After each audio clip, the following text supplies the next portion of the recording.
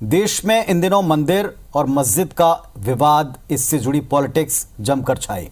ज्ञानवापी से लेकर काशी मथुरा तक की बात सारे देश में बहस मुबाहिसे में दिखती। सवाल देश के धर्मनिरपेक्ष ढांचे और संविधान को लेकर भी उठा। लेकिन इस बीच हिंदुओं से सबसे बड़े धर्मगुरु कहलाने वाले पुरी पीठ के शंकराचार्य स्वामी निष्ठलानंद ने हिंदू राष्ट्र को लेकर एक नई बहस को जन्म दे दिया। ये उनका दावा है, ये उनका कहना है कि दुनिया में कोई भी धर्मनिरपेक्ष नहीं हो सकता।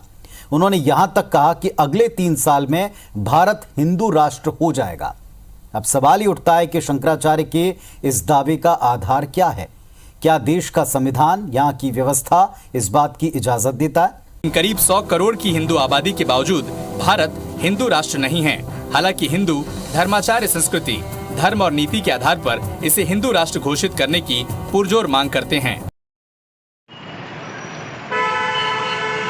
आजकल हिंदू राष्ट्र बनाने की बड़ी चर्चाएं जो है देश में उठ रही हैं। कई सारे बाबा जो है हिंदू राष्ट्र बनाने के लिए आगे बढ़ रहे हैं, तो वहीं विपक्ष उनके हिंदू राष्ट्र बनाने को लेकर बहुत सारे सवाल खड़े कर रहा है। आखिरकार ऐसा क्या वजह है कि हिंदू राष्ट्र बनाने के लिए लगातार जो है बयानबाजी की जा रही है? क्या वाकई हिंदू, मुस्लिम, सिख, ईसाई जो इस देश के अंदर रह रहे हैं, क्या आपस में इन सब लोगों को एक दूसरे से खतरा है? क्या वाकई महज सिर्फ राजनीति जो है बनाने के लिए और चुनाव में वोट पाने के लिए इस तरीके की बयानबाजी की जा रही है? आइए जानते हैं क्या कहती है जनता। हमारे साथ समाज सेवी गुरजीत सिंह पन्नू समाज सेवी भी हैं। उन्होंने क्या हिंदू राष्ट्र बनाने को लेकर जो सवाल उठ रहे थे उसमें साफ कहा है कि आखिरकार जितने, अगर हिंदू के अलावा जितने और लोग हैं, क्या उनको आप समंदर में फेंकेंगे? आखिर कहाँ जाएंगे वो लोग? जब क्योंकि सवाल ये उठता है क्या सियासी तौर पर ही ऐसे मुद्दे जो है चुनाव के टाइम पे ही आते हैं? हिंदू मुस्लिम की बात चुनाव के टाइम पे ही आती है।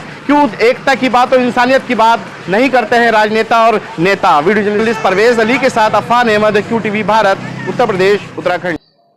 एक्चुअली भारतीय जनता पार्टी का हमेशा मुद्दा अंग्रेज़ों वाला है, बांटो और राज करो।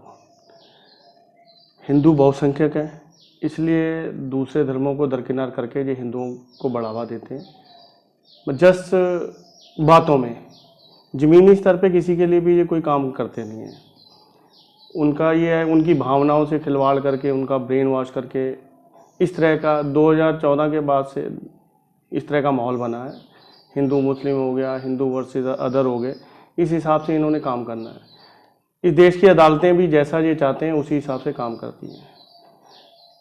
कोई भी, चाहे मंदिर मुद्दा हो, चाहे धारा 370 हो, तो अदालतों से इनको पूरी सहायता मिलती है और जैसे ये चाहते हैं अदालतें उसी हिसाब से काम करती है, उसी हिसाब से वो चीज़ें लागू होती हैं और अदालतों का आदेश सभी को मानना पड़ता है।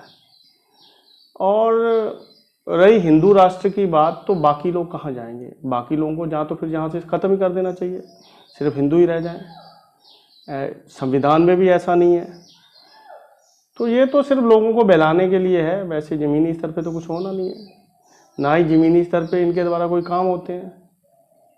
हवाई बातें होती हैं, लोगों की भावनाओं को भड़काया जाता है और वोट बैंक एकत्रित किया जाता है। अगर ये हिंदू राष्ट्र बना देंगे तो बाकी लोगों को कहाँ ले जाके फेंकेंगे? समुद्र में ले जाके फेंक देंगे। क्या करेंगे बाकी लोगों का? या उनको मार देंगे? तो ये कोई अच्छी बातें तो नहीं है। ये देश तो सभी का है, जितना हिंदुओं का उतना मुसलमानों का, उतना सिखों का, उतना ईसाइयों का और अन्य धर्म के लोगों का भी उतना ही है।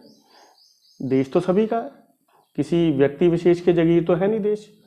अच्छा, एकता की बात क्यों नहीं करी जाती? इंसानियत की बात क्यों नहीं करी जाती? एक्चुअली जब लोगों को बांट के इनको वोट मिलते हैं तो ये एकता इंसानियत की बात क्यों करेंगे?